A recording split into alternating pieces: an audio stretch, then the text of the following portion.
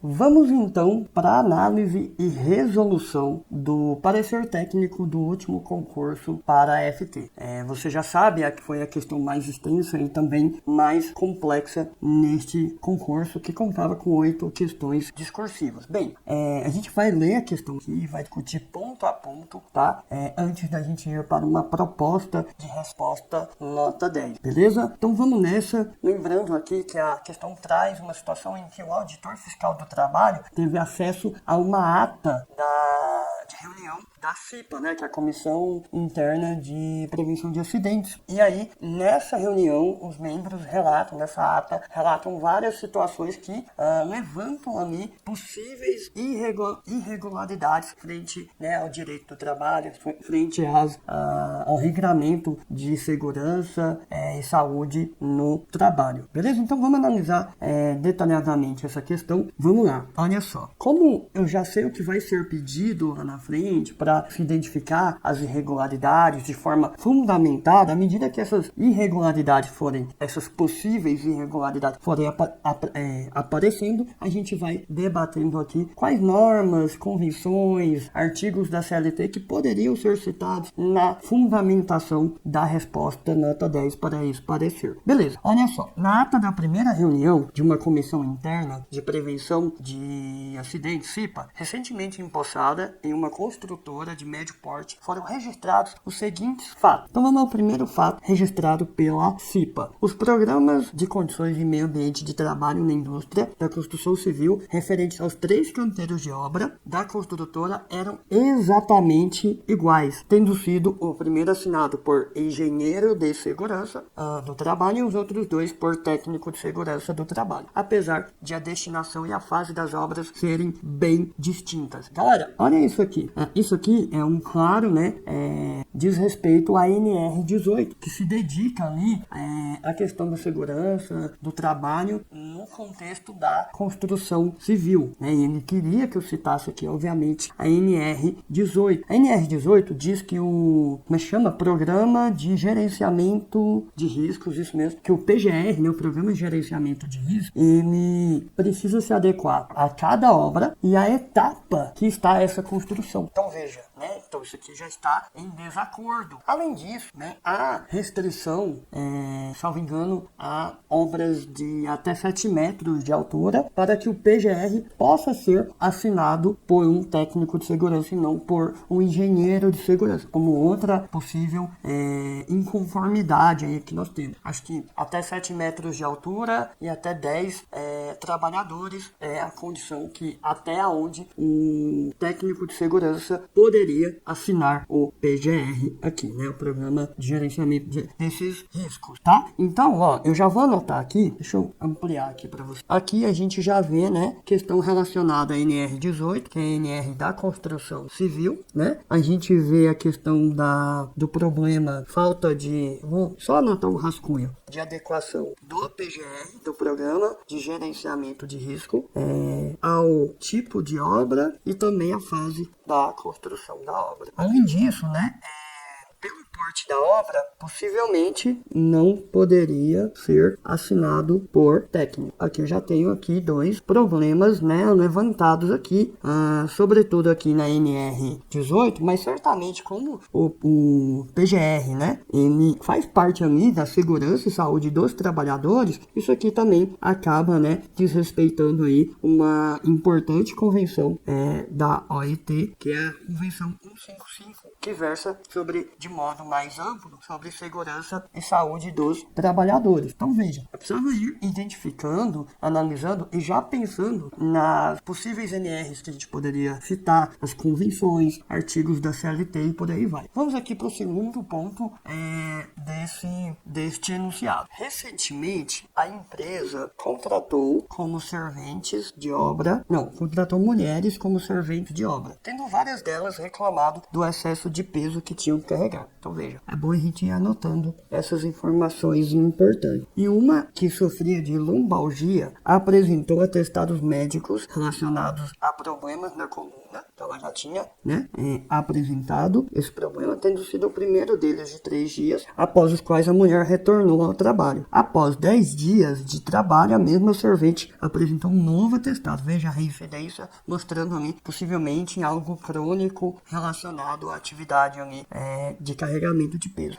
De 14 dias, após os quais retornou ao trabalho para não ser encaminhada ao INSS. Veja, né, era sabidamente reincidente, ela voltou nos 14 dias para não ter que ser encaminhada para o INSS, para não ter ali, de repente, alguma redução de remuneração. E aí vamos analisar essa situação, pessoal. Aqui a gente já pode citar a NR17. NR17, ela vai ser dedicada aí à questão da ergonomia, que pede que seja feita uma avaliação da adequação, né, da ergonomia do trabalho. Será que está sendo feito? Aparentemente não, né? Então vou botar aqui um ponto de interrogação. Já é um ponto para eu citar na minha fundamentação. Aqui eu tenho também um possível problema em relação à NR7, que é a NR que versa aí sobre o programa, né, de controle médico de saúde ocupacional. PCMSO. Por que eu tenho um possível problema aqui, né, em relação ao PCMSO? Galera, a gente vai ver outros detalhes ali acerca desse acompanhamento, né, da saúde dos trabalhadores, desse caso hipotético. Mas aqui eu já tenho um problema, porque faz parte ali do programa médico aqui do PCMSO avaliar o histórico de saúde do trabalhador, né, por meio de exames clínicos periódicos e às vezes até por meio de exames específicos acerca ali de uma determinada condição clínica que pode estar relacionada a um desdobramento negativo do tipo de trabalho que aquela servente está fazendo. Além disso, no PCMSO há a atribuição, né, do profissional da saúde, do médico, de fazer o correto encaminhamento dos profissionais afastados para o INSS. Porque também essas anotações lá no INSS e também na ASO, né, no atestado de saúde ocupacional, eles respaldam esse trabalhador para fins de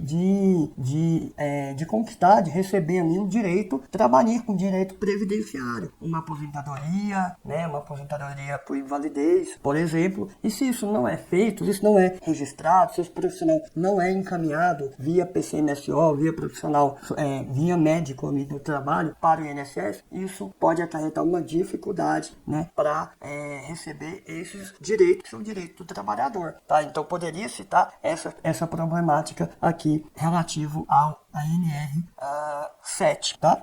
Então vou botar aqui problemas no acompanhamento da saúde, exames, né, específicos para avaliar a condição dessa servente e também o não encaminhamento para o INSS. Tudo aqui estaria dentro da NR7. Poderíamos citar dentro do PCMSO e também relacionado a uma obrigatoriedade da CLT, artigo 169, que traz a obrigatoriedade de notificar doenças profissionais relacionadas ao trabalho. Um outro artigo, também da CLT, que poderia ser citado na contextualização aqui da servente, seria o artigo 390. Esse artigo não está presente ali no conteúdo programático, mas ele limita a 20 e 25 quilos, a depender da frequência de carregamento de peso, né, o peso a ser carregado por trabalhadoras, né, por mulheres, neste contexto aqui de construção civil e em qualquer outro contexto que exija, né,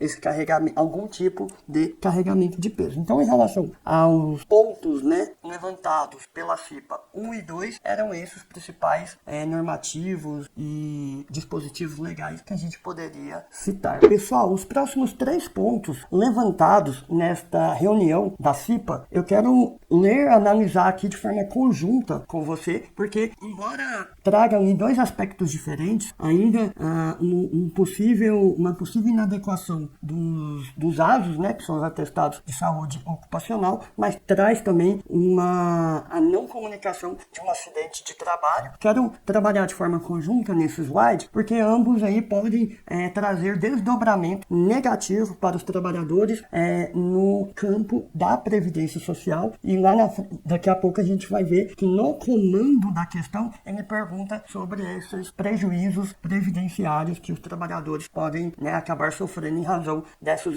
irregularidades. Então vamos ler e destacando alguns pontos que a gente acha que pode ou não estar associado a possíveis irregularidades. Tá. Então olha só, deixa eu pegar o marca-texto pra gente... Vamos lá. Item 3. Estando os canteiros de obras situados em uma mesma quadra, os médicos do trabalho atendem os empregados em exames periódicos somente em um dos canteiros, tá? Eu vou destacar isso aqui, que parece ali, uma denúncia da CIPA sobre um possível problema, né? E aí vamos ver o que mais aqui. O atestado de saúde ocupacional é emitido apenas com base no exame físico. Isso aqui é importante. A gente já discutiu isso e viu que isso aqui é uma inconformidade, né?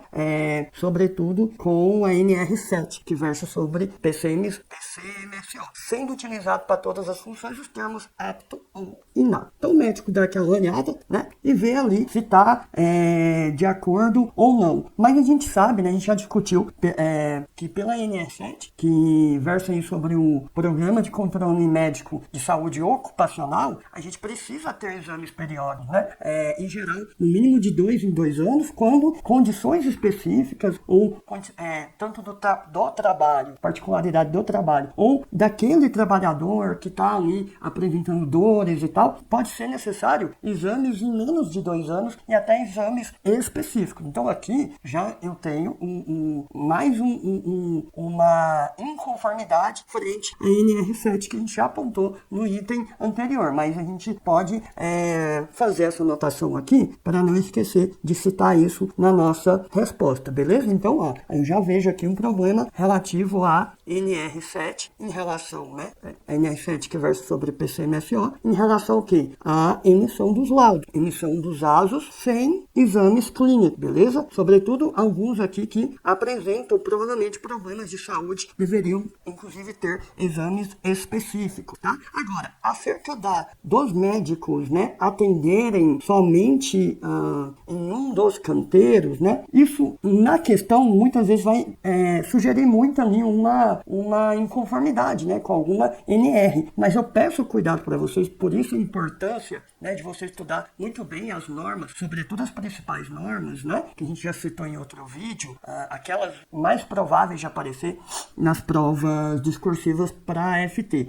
Porque, de repente, nem tudo que está sendo apontado no enunciado será de fato uma inconformidade, Então, de repente, se você apontar algo ali que o padrão de resposta diz que está ok, você pode perder alguma parte da pontuação daquele aspecto, tá? Por quê? Por que eu digo isso, A NR18, que versa sobre a construção civil, ela sofreu várias atualizações. A última foi dezembro de 2022 e ela retirou, obviamente que isso veio depois da última prova de AFT, mas ela retirou inclusive a obrigatoriedade de se ter um ambulatório nesses canteiros de obra. Tudo bem, o ambulatório é uma coisa, o atendimento médico é outra, mas assim, não é obrigatório ter um ambulatório. Isso poderia ser citado? Poderia, mas o fato aqui é em relação ao atendimento médico ali, para a emissão do ASO, e aí veja o que a NR4, que é a NR que trata do serviço ali especializado em engenharia e medicina do trabalho, o SESMIT. Veja o que traz aqui, eu trouxe aqui uma transcrição para a gente avaliar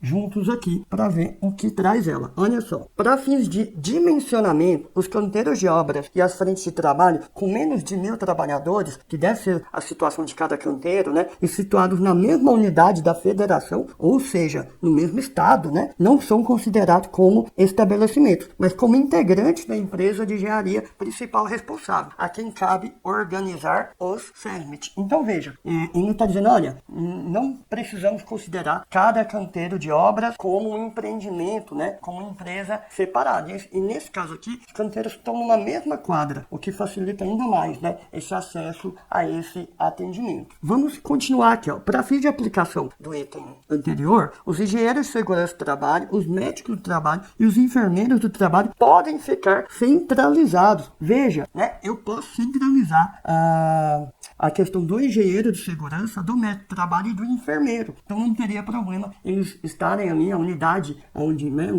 o recinto ali preparado para esse atendimento estar em um só dos canteiros, né? Agora, óbvio que a parte do técnico de segurança, da inspeção, do uso de equipamento de proteção individual, faz parte ali, né, das atribuições do SESMIT, aí não, aí de fato eu preciso, né, ter uma capilaridade maior. É o que traz aqui, ó, no item B. Veja, o dimensionamento para os técnicos de segurança do trabalho e auxiliares técnicos de enfermagem do trabalho deve ser feito por canteiro, agora sim, né, por canteiro, de obra ou frente de trabalho, conforme o anexo 2, aí ele vai trazer, né, outros detalhes lá no anexo 2. Mas importante aqui é a gente notar que aparentemente não temos nenhuma irregularidade nesse ponto. Isso aqui tá só para confundir o candidato, beleza? Indo adiante, né, vamos continuar na leitura aqui da nossa ata de reunião da FIP. Em episódio recente, um pedreiro que rebocava a parede externa do 10º andar sentiu-se mal e somente não caiu do andaime porque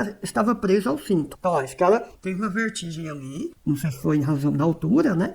E aí, ao verificar a ASO desse pedreiro, a gente, né, o pessoal da FIPA observou, né, que ele estava apto para a função. Veja, pessoal, vem aqui comigo.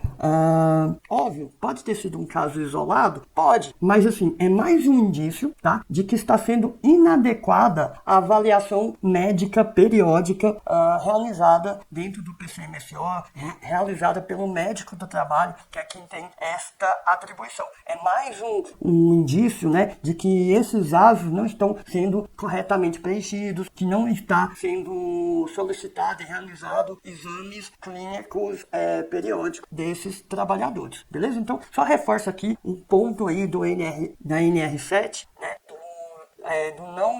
da não adequação desse PCMSO, né, da inadequação desses ASOs que estão sendo emitidos no contexto desta construtora. Tá, indo adiante aqui, em um outro episódio, no item 5, o motorista da empresa que levava uma encomenda de cimento no caminhão da firma, ó, os caras estavam levando cimento, né, da construção civil no caminhão da firma quando sofreu um acidente grave, não tendo sido emitida a respectiva comunicação de acidente do trabalho. Ou seja, não emitiram o CAT, que é uma exigência da Previdência Social, sob a alegação de que ele estava fora do canteiro de obras. Então, ó, não vamos emitir o CAT, porque esse cara estava fora, né, do canteiro de obras. Entretanto, os membros da FIPA concluíram que a própria comissão deveria emitir o CAT com registro de acidente de trajeto. Galera, óbvio, né, assim, a gente vai avaliar aqui o que traz, né, a legislação relacionada a acidente do trabalho, mas especificamente da Previdência Social.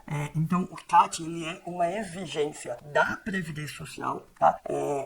Uma obrigatoriedade do empregador que deve emitir o CAT até o dia subsequente, né? Em caso de acidente, em caso de vítima fatal, tem que ser de imediato, né? Assim regra a legislação.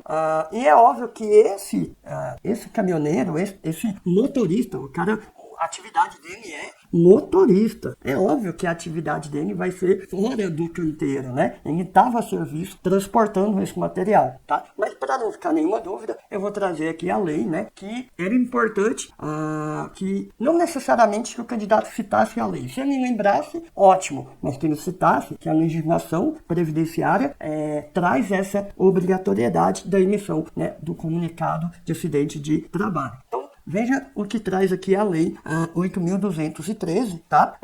Ela diz o seguinte, tá um pouco pequeno, eu vou ler para vocês. Primeiro, né, eu peguei o artigo 19 para a gente entender o que é acidente de trabalho. Acidente do trabalho é o que ocorre pelo exercício do trabalho. Pô, o cara é motorista, ele estava no seu exercício, né? A serviço da empresa ou de empregador doméstico, ou pelo exercício do trabalho dos segurados, referidos, tarará. Mas o que importa é esse começo, exercício do trabalho a serviço da empresa. Era o caso do motorista. O que traz o artigo 22 dessa lei? A empresa ou empregador doméstico deverão comunicar aplicar no acidente do trabalho a Previdência Social até o primeiro dia útil seguinte ao da ocorrência, em caso de morte, de imediato. Então veja, o empregador tinha a obrigação aqui de cometer uma infração aqui administrativa que é punível com multa. Em caso de reincidência, pode ser aplicado até 3 vezes o valor dessa multa. Então eu tenho sim um problema aqui, né, de emissão desse CAT que eu devo apontar pelo comando da questão. A gente já vai ver, eu preciso apontar na minha resposta. Então a gente vai anotar aqui para não esquecer na hora de estruturar a nossa resposta. Então, problema aqui, né, na emissão, que na verdade foi uma omissão, né, do CAT, que é uma obrigação exigida pela Previdência Social. E aí, galera, veja só, vem aqui comigo. A gente não chegou no comando da questão, mas já vou te adiantar que ele vai perguntar pra gente possíveis desdobramentos negativos dessas irregularidades da empresa. E aqui,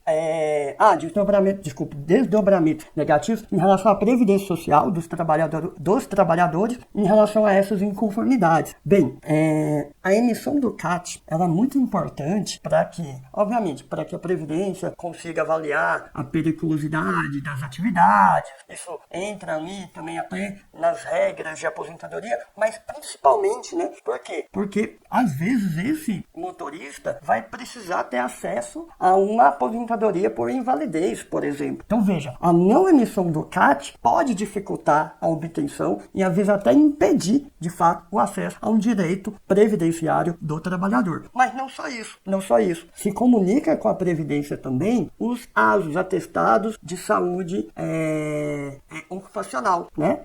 O que acontece? O ASO, ele deve apontar, por exemplo, doenças do trabalho, doenças em decorrência de consequências negativas de uma condição específica do trabalho, né? Porque isso mostra, por exemplo, justifica possível aparecimento de uma doença que pode levar a um afastamento pelo INSS ou pode também levar a um caso de aposentadoria por invalidez. Então veja, se esse ASO só traz apto, né, igual ao caso do pedreiro, né, fica mais difícil esse trabalhador conseguir provar frente ao INSS que ele tinha um quadro que veio se agravando até ele ter aquela condição que daria a ele o direito, né, de acesso a um benefício. Então veja, há desdobramentos negativos na Previdência e a gente deve citar isso também na nossa resposta, tá? Então o NR7 aqui, todos esses dois aqui podem trazer prejuízos ou dificuldade de acesso a direito previdenciário, beleza?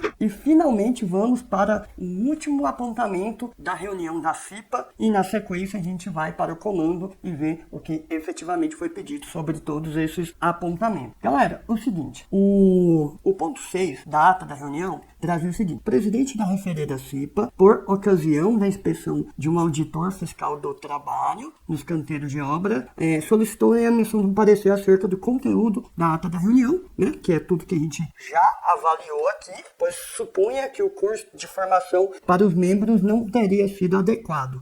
Então, curso de formação para os membros da CIPA. Bem, então, aonde que a gente teria que recorrer? A ANR, para depois comentar isso, né? De novo a NR5, então NR muito importante para vocês, NR que versa aí sobre a CIPA, a formação da CIPA, a estabilidade dos membros da CIPA, e lá também traz, né, a exigência de treinamento para a CIPA. E aí esse treinamento precisa conter alguns itens, alguns assuntos obrigatórios, como identificação de riscos ali do trabalho, que mais? Esses membros têm que ser treinados em relação à prevenção de acidentes, a gente poderia mencionar isso para responder um dos aspectos do comando, princípios de higiene e segurança do trabalho, que mais? O importante, metodologia de investigação de acidentes e doenças relacionadas ao trabalho, relativas ao trabalho. Deixa eu abreviar aqui, porque senão não cabe, né? Só o nosso rascunho. Também, né, acerca das atribuições da CIPA, é importante, tá lá também como item, né, obrigatório, e também acerca de legislação trabalhista e previdenciária. Veja, vários pontos que se comunicam, né, vários conhecimentos que são necessários no treinamento dos membros da CIPA, que se comunicam com as próprias irregularidades apontadas nos itens aqui da reunião da CIPA, beleza? Continuando a leitura aí do nosso Item 6. O gerente da obra opôs-se ao oferecimento de vista ao auditor fiscal, né, do trabalho, alegando a existência de aspectos confidenciais na referida ata. Galera, aqui a gente tem vários pontos aí para citar, né? Um deles é, por exemplo, a NR1. NR1 que traz as disposições gerais ali relativas à segurança e saúde no trabalho, tá? E ela diz que é obrigação, tá? Obrigação do empregador conceder acesso aos auditores fiscais do trabalho, né? No momento ali de uma fiscalização a informações e documentos referentes à saúde e segurança e também medicina, né? Acompanhamento médico dos trabalhadores. Então veja, existe essa obrigatoriedade, né? Pela NR1. Na NR5, volto nela, né? Na NR5, e aí é óbvio que tudo da CIPA se comunica, né? Com saúde e segurança do trabalhador. E aí a NR5 diz ainda que os documentos da CIPA, todos os documentos, precisam estar disponíveis por pelo menos 5 anos. Então veja que eu tenho ali 2 dispositivos para citar, né? A gente pode mencionar aqui também a Constituição Federal, que atribui ao Ministério do Trabalho, atribui à União a competência de organizar e executar a fiscalização do trabalho. É uma competência da União, que por meio da CNT, a União desconcentra isso para o Ministério do Trabalho. Então está na CNT que quem vai, de fato, né, botar a mão na massa e fazer a fiscalização do trabalho é o Ministério do Trabalho, que, óbvio, faz parte da estrutura, né, da própria União, beleza? Então vou até mencionar isso aqui. CLT, né, desconcentra da União para o Ministério do Trabalho. Fechou? Então tudo isso eu poderia citar acerca das possíveis irregularidades no item 6, beleza? Agora, finalmente, né, com todas essas anotações, a gente consegue ir para o comando da questão, avaliar os aspectos pedidos e pensar aí como a gente vai responder, o que a gente vai citar, né, de instrumento legal na fundamentação, na resposta de cada um dos aspectos. Então, vamos avaliar aqui o comando. Vou ter que apagar um pouquinho aqui, pessoal. Então, já dá um print aí para a gente poder seguir. Fechou? Então, vamos nessa. Então, vamos lá. Redija na condição de auditor fiscal do trabalho o parecer técnico mencionado no último parágrafo da situação hipotética apresentada, abordando necessariamente os seguintes aspectos. Galera, aqui é o seguinte. A gente conversou, né, na introdução, que o parecer técnico precisa da introdução e da conclusão. Na parte de desenvolvimento, você vai se concentrar em responder exatamente o que foi perguntado. É isso aqui que vai aumentar a sua nota. Tanto é que as pontuações aqui, quase toda a pontuação da questão está atrelada a esses itens, que eu chamo de aspectos. Então, você precisa se ater a responder estes aspectos de forma fundamentada. É isso que vai alavancar, que vai subir a sua nota, tá? Então, se concentre em responder o que foi pedido. Dizer o que não foi pedido só vai atrapalhar, vai ser ruído e vai diminuir o espaço, que eu diria que é até curto, tá? Para responder tudo que ele pediu e para citar todos os instrumentos legais, os artigos, as normas regulamentadoras que a gente debateu até. Então vamos nessa, vamos ver o que ele pediu para a parte de desenvolvimento. Primeiro, possíveis irregularidades referentes à segurança e saúde do trabalhador. Então veja, aqui a gente vai citar ali a questão da ergonomia, do excesso de carga para as trabalhadoras, né, que a gente discutiu, com toda aquela fundamentação que a gente veio anotando. A gente vai trazer ali, deixa eu ver, mais um ponto de segurança. Deixa eu voltar aqui meus slides para não esquecer de nenhum, foi demais. Então, a questão do PGR, né, do Programa de Gerenciamento de Risco, que estava duplicado para todos os canteiros, a gente vai citar. Esse é um problema sério de segurança, porque esse PGR, ele tem um objetivo, ele visa a segurança dos trabalhadores, né? Tudo isso vai estar mais relacionado aí à questão da segurança, né? A gente pode discutir aqui, levantar a possibilidade de uma verificação in loco sobre o fornecimento dos EPIs e o treinamento, né? Porque a gente está vendo alguns trabalhadores adoecerem.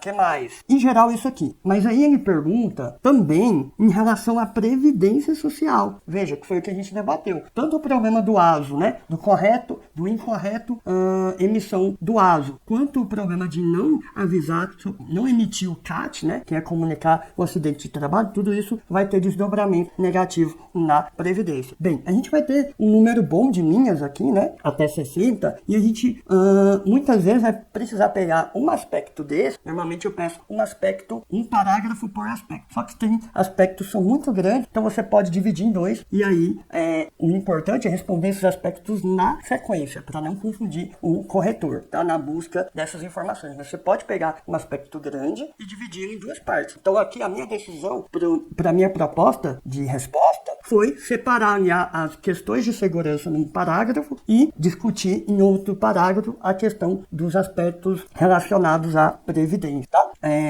Próximo aspecto aqui, providências serem adotadas para adequação da construtora. Aqui a gente pode falar, né, de um correto programa, né, PCMSO, Programa de Controle Médico de Saúde Ocupacional, correto preenchimento do ASO com exames clínicos periódicos, pode até ser uma exigência imediata desse pessoal aqui, beleza? Vai ter a questão ali da ergonomia para ser avaliada, que talvez não está sendo avaliada, né, conforme a NR. E aí, esses são os principais pontos aqui. Na hora da resposta a gente verifica se está faltando algum. Mais um. Consequências para a segurança do trabalho na construção civil da crescente contratação de mulheres nesse setor econômico. Óbvio que ele está querendo aqui análise crítica, né, mas fundamentada do autor em relação, né, a essa questão da presença, né, crescente de mulheres na construção civil. Então aqui, né, na minha análise, o candidato deveria, obviamente, né, ressaltar os vários benefícios da inclusão da mulher em mais esse ambiente aqui, né, a questão da equidade de gênero, a questão de trazer novas visões também para a construção civil, de repente uma melhoria na gestão, na tomada de decisão, né, trazendo ali,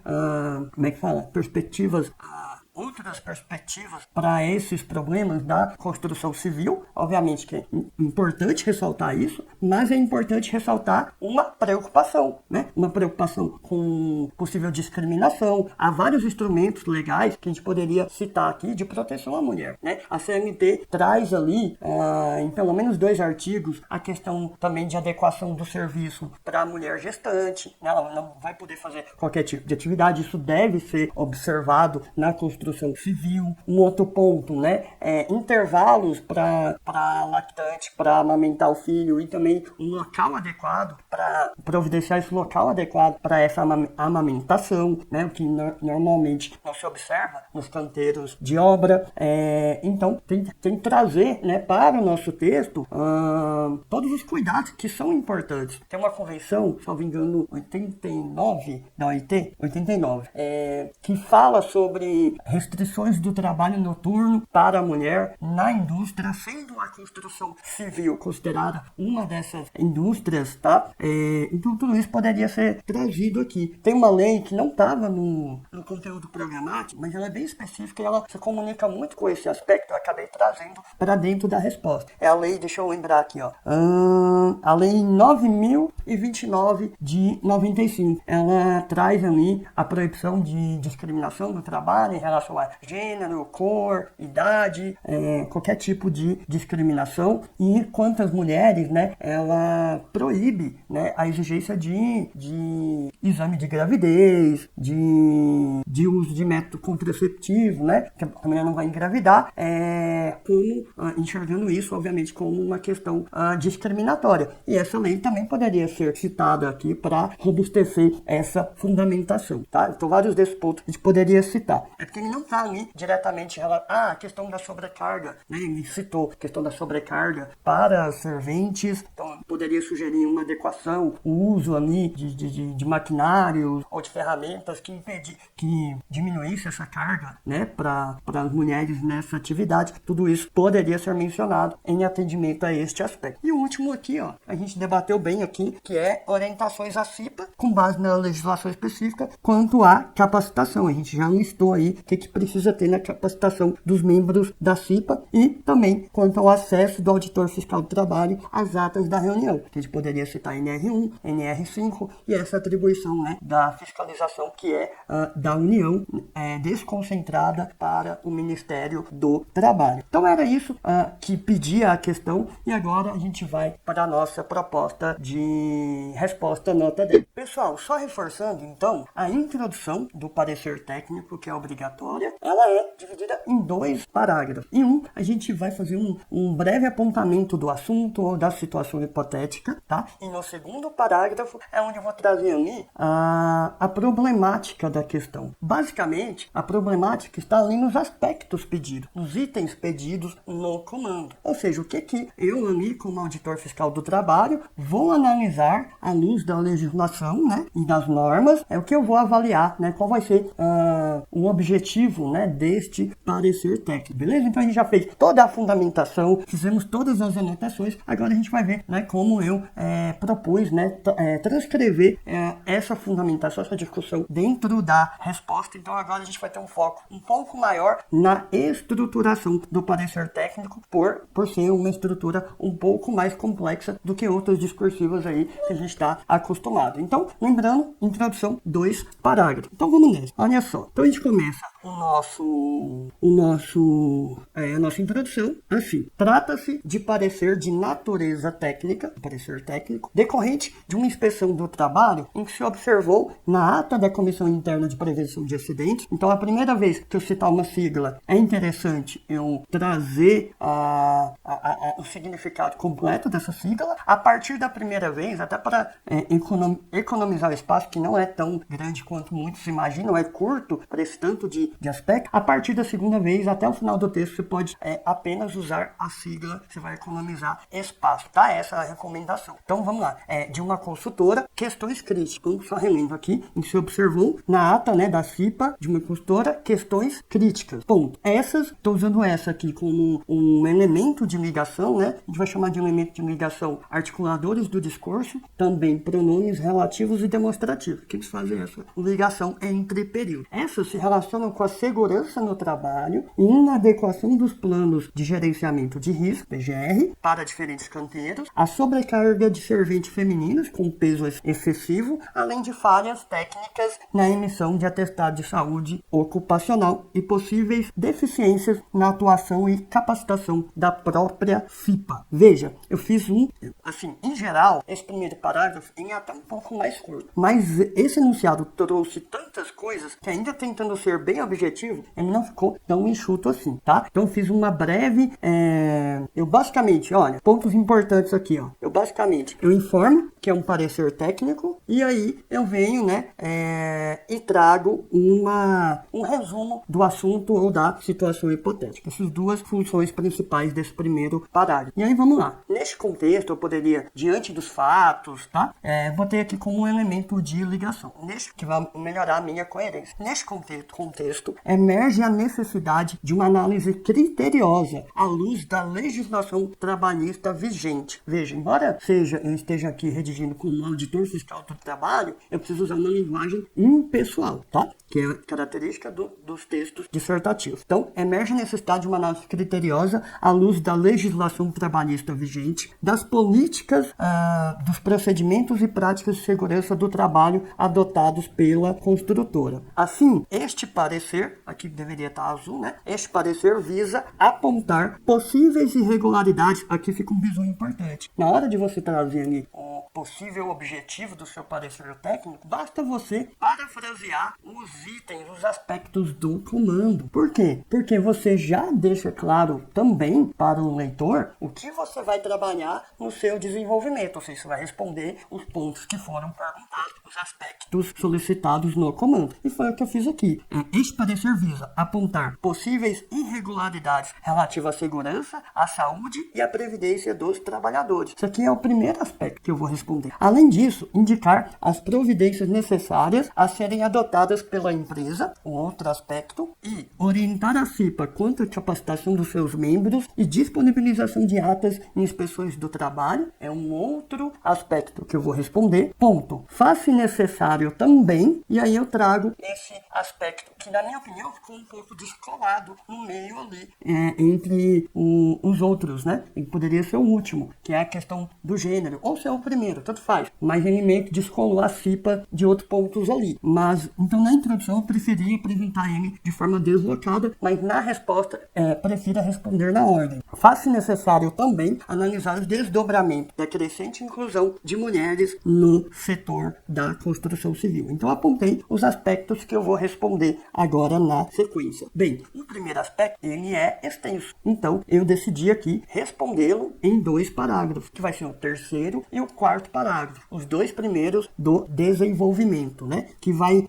versar sobre possíveis irregularidades referentes à segurança e à saúde do trabalhador e à previdência social, descritas na ata. Para fins de organização, eu preferi fazer o seguinte: possíveis irregularidades referentes à segurança e à saúde. Eu joguei mais para o terceiro parágrafo e discuti um pouco melhor os efeitos negativos na previdência social dos trabalhadores no quarto parágrafo, tá? Só para fins de organização. Então vamos lá. Respondendo a primeira parte do meu aspecto. Os relatos descritos em ata de reunião da CIPA são sugestivos de que estão ocorrendo múltiplas... Aí aqui fica o bizu. Tá vendo que tá em amarelo? Estou apresentando o aspecto. Então tente já no começo do parágrafo já mostrar para o examinador, para o corretor, o que você vai responder naquele parágrafo. E eu fiz isso aqui a partir da segunda linha. Veja, né? São sugestivos de que estão ocorrendo múltiplas irregularidades relativas às normas de segurança e saúde do trabalhador, bem como questões previdenciárias. Ponto. Então até aqui eu apresentei o aspecto. Eu disse pro cara, olha, eu vou responder sobre isso agora. E aí vamos. Primeiramente, elemento de ligação, a invariabilidade dos PGRs, ou seja, dos programas de gerenciamento de risco, entre canteiros de obra distintos, já que a NR18 exige sua adequação às especificidades e às fases distintas da obra, cuja exigência se ancora na Convenção da Organização Internacional do Trabalho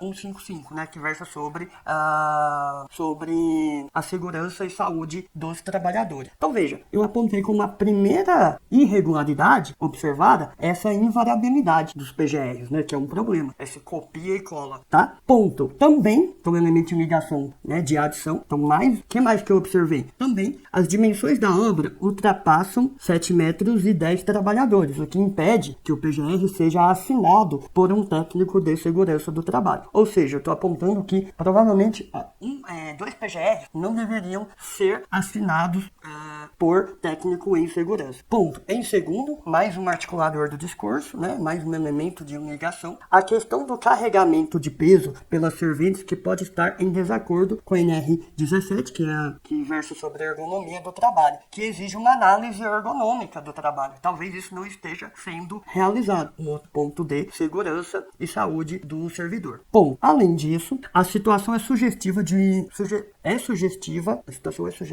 de uma... Aqui ficou, o professor não revisou, né, o texto, vamos ajustar aqui. Sugestiva, a situação sugere, melhor aqui, ó. A situação sugere uma violação flagrante do artigo 390 da CLT. Não necessariamente eu preciso ficar citando o artigo, eu estou citando aqui para facilitar a visualização de vocês desses dispositivos, tá? Mas eu poderia falar só da CLT, provavelmente eu não perderia nota por isso. Que limita o peso que pode ser carregado por mulheres em trabalhos contínuos e ocasionais a 20 e 25 quilos, respectivamente. Então há uma limitação de peso que talvez não esteja sendo respeitada. Ponto. Situações como essa podem resultar em doenças ocupacionais, como ilustrado pela servente com lombalgia, as quais, se não notificada pela empresa, violam outro artigo da CLT, o artigo 169, né, e o regramento da NR7, que versa sobre, né, o PCMSO. Por último, terminando meu parágrafo,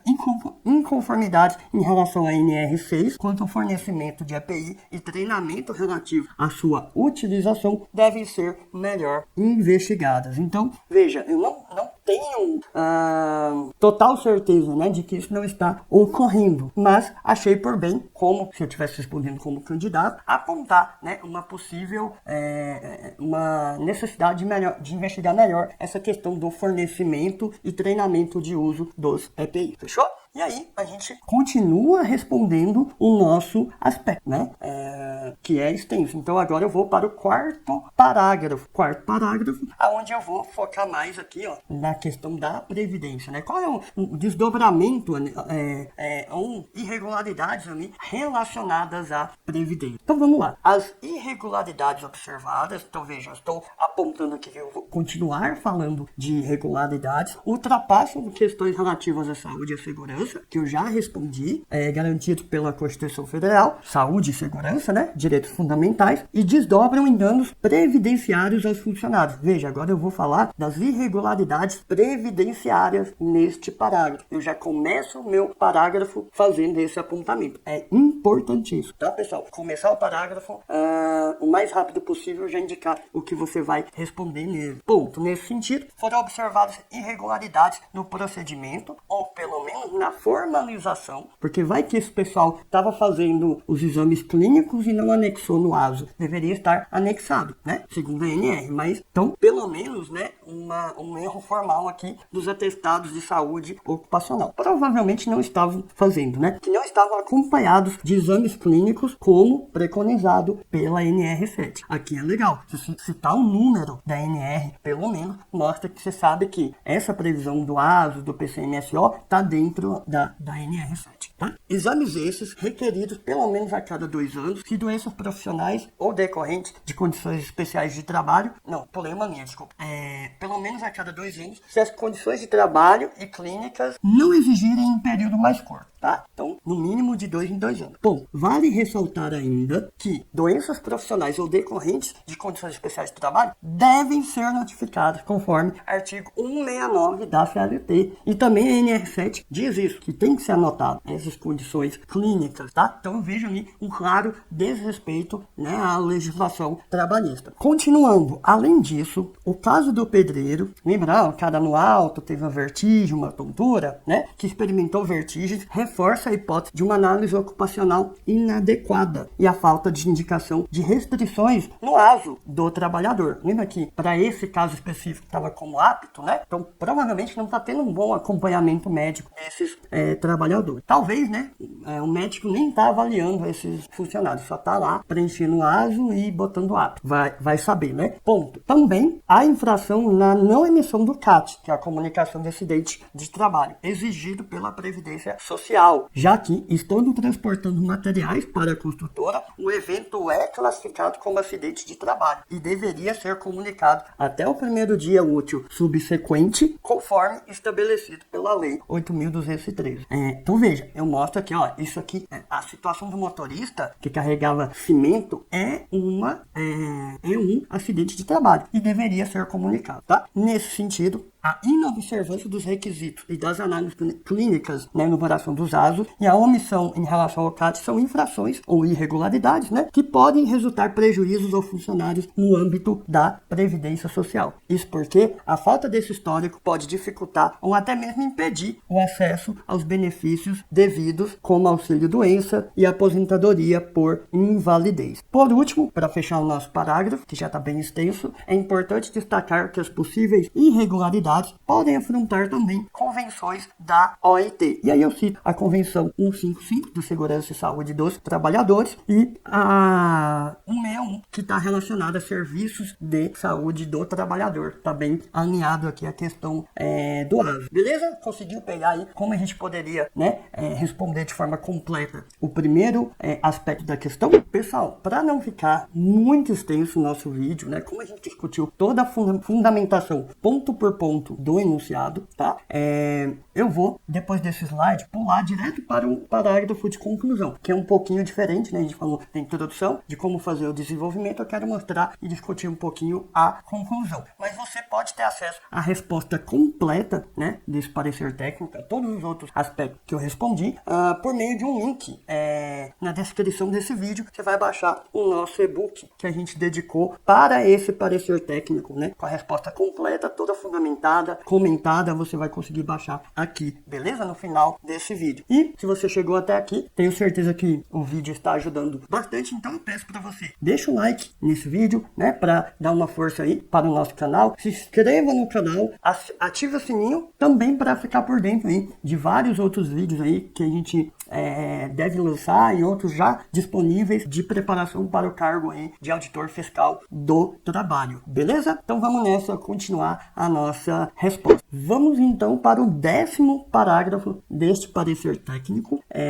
que é a nossa conclusão, o fechamento do nosso parecer técnico, que no parecer técnico, diferente do estudo de caso, é obrigatório. No estudo de caso é facultativo, tá? Depende do espaço que você tem. Bem, vamos lembrar que na conclusão do parecer técnico, eu preciso me posicionar tecnicamente, eu preciso concluir tecnicamente, não é opinião, é a minha decisão técnica com base, né, nos pontos identificados, nas irregularidades identificadas e na fundamentação legal e normativa apresentada, tá? Por isso que ainda estamos aqui dentro da modalidade dissertativo e expositivo, né? A gente vai se posicionar tecnicamente, beleza? E aí tem uma estrutura mais ou menos pré-definida para você seguir, né, e fechar aí fazer a conclusão de qualquer parecer técnico. Veja só, você pode iniciar sua conclusão em geral da seguinte forma: diante do exposto e analisado, aqui é bom ter uma vírgulazinha, à luz da legislação trabalhista, conclui-se que estou concluindo que há fortes indícios de desrespeito à legislação trabalhista e normativas aplicáveis nos canteiros de obra da construtora inspecionada. Veja, eu digo que há fortes indícios, beleza? Até porque boa parte da nossa discussão foi realizada em cima de uma ata, né? Mas, obviamente, que a gente tem que dar ali fé aos membros da FIPA. Bom, considerando que a vida, a saúde e a segurança no trabalho são direitos fundamentais previstos no texto constitucional, aqui eu quis dar uma reforçada, né, nessa interdisciplinariedade na minha resposta, puxando aqui, né, a Constituição Federal, a importância, né, do cuidado com a saúde e segurança do trabalhador, sugere. Então veja, em geral, o parecer técnico é um profissional técnico que vai encaminhar esse parecer, esse relatório técnico para um superior, tá? Por isso que a gente, em geral, vai sugerir, né, encaminhamentos para um superior. Então vamos lá, sugere-se a notificação da empresa e a realização de uma segunda visita após o prazo definido para adequação. Por quê? Porque aqui, segundo a NR, salvo engano, 28, da fiscalização, né, a gente precisa confirmar numa segunda visita a manutenção de uma irregularidade para daí fazer, né, a multa, lavrar a multa multar aquela empresa, né, o auto de infração, beleza? Então, aqui eu estou sugerindo uma segunda visita após o prazo estipulado para esta adequação. Essa adequação foi apontada no desenvolvimento, era um dos aspectos pedidos, tá? Na resposta completa, vocês vão visualizar essa parte também. Bom, essa que é a empresa, deve ser cientificada da necessidade da adoção de um conjunto de providências abrangentes. Então veja, isso aqui se relaciona lá com os aspectos do enunciado. Então, precisa de providências abrangentes em caráter de urgência, a fim de zelar pela saúde e segurança dos seus funcionários. Bom, aí você vai terminar, em geral, o seu parecer técnico dessa forma. Submete-se, então, articulador de conclusão, submete-se, então, este parecer de natureza técnica à análise superior. Fechou? Pode fechar a sua provinha, entregar, vai ser nota 10 no parecer técnico, beleza? Espero que eu tenha ajudado aqui, né, com essa resolução detalhada, né, e fundamentada dessa questão que foi realmente desafiadora. Ela cobrou muitos, talvez dezenas de dispositivos legais ou normativos dentro de uma única questão, né, o que mostra a real necessidade de vocês se prepararem bem para a prova discursiva. Pessoal, eu gostaria de lembrar que essas estratégias de análise são parte, né, uma parte pequena do nosso preparatório completo aí para o cargo de auditor fiscal do trabalho, que conta aí com uma equipe de professor multidisciplinar para cobrir todas as disciplinas deste concurso, todos eles trazendo boas apostas em questões inéditas, comentando questões dos concursos anteriores, trazendo toda a estratégia de estruturação para você, de como você vai gabaritar essa discursiva, a parte de organização textual, do uso de articuladores, o que o corretor vai buscar no seu texto. Tem muita coisa, eu vou detalhar aqui no slide aí, tá? As principais ferramentas, né? Já comentei as questões inéditas. Tem as videoaulas, onde a gente trabalha essas estratégias tanto nos PDFs, nos módulos em PDF, quanto nas videoaulas. Então está muito completo e muito especializado o nosso preparatório para a FT. Então, ao final das dicas que eu vou passar aqui neste vídeo, eu convido vocês para conhecer um pouco mais acessando o link que vai estar na descrição deste vídeo. Pessoal, era isso que eu separei para este vídeo. Comenta aqui embaixo se você gostou do vídeo, se ajudou de alguma forma, se tem alguma dúvida também, tá? Eu vou deixar aqui meus contatos de Instagram, Telegram, siga a gente por lá, passamos várias dicas de preparação. Não deixe de deixar o like nesse vídeo, assinar o canal e também, pessoal, buscar, né, mais vídeos aí. Certamente há outros vídeos aqui no canal, orientando aí, trazendo estratégias, analisando provas anteriores voltadas para a discursiva, para o cargo que você está se preparando.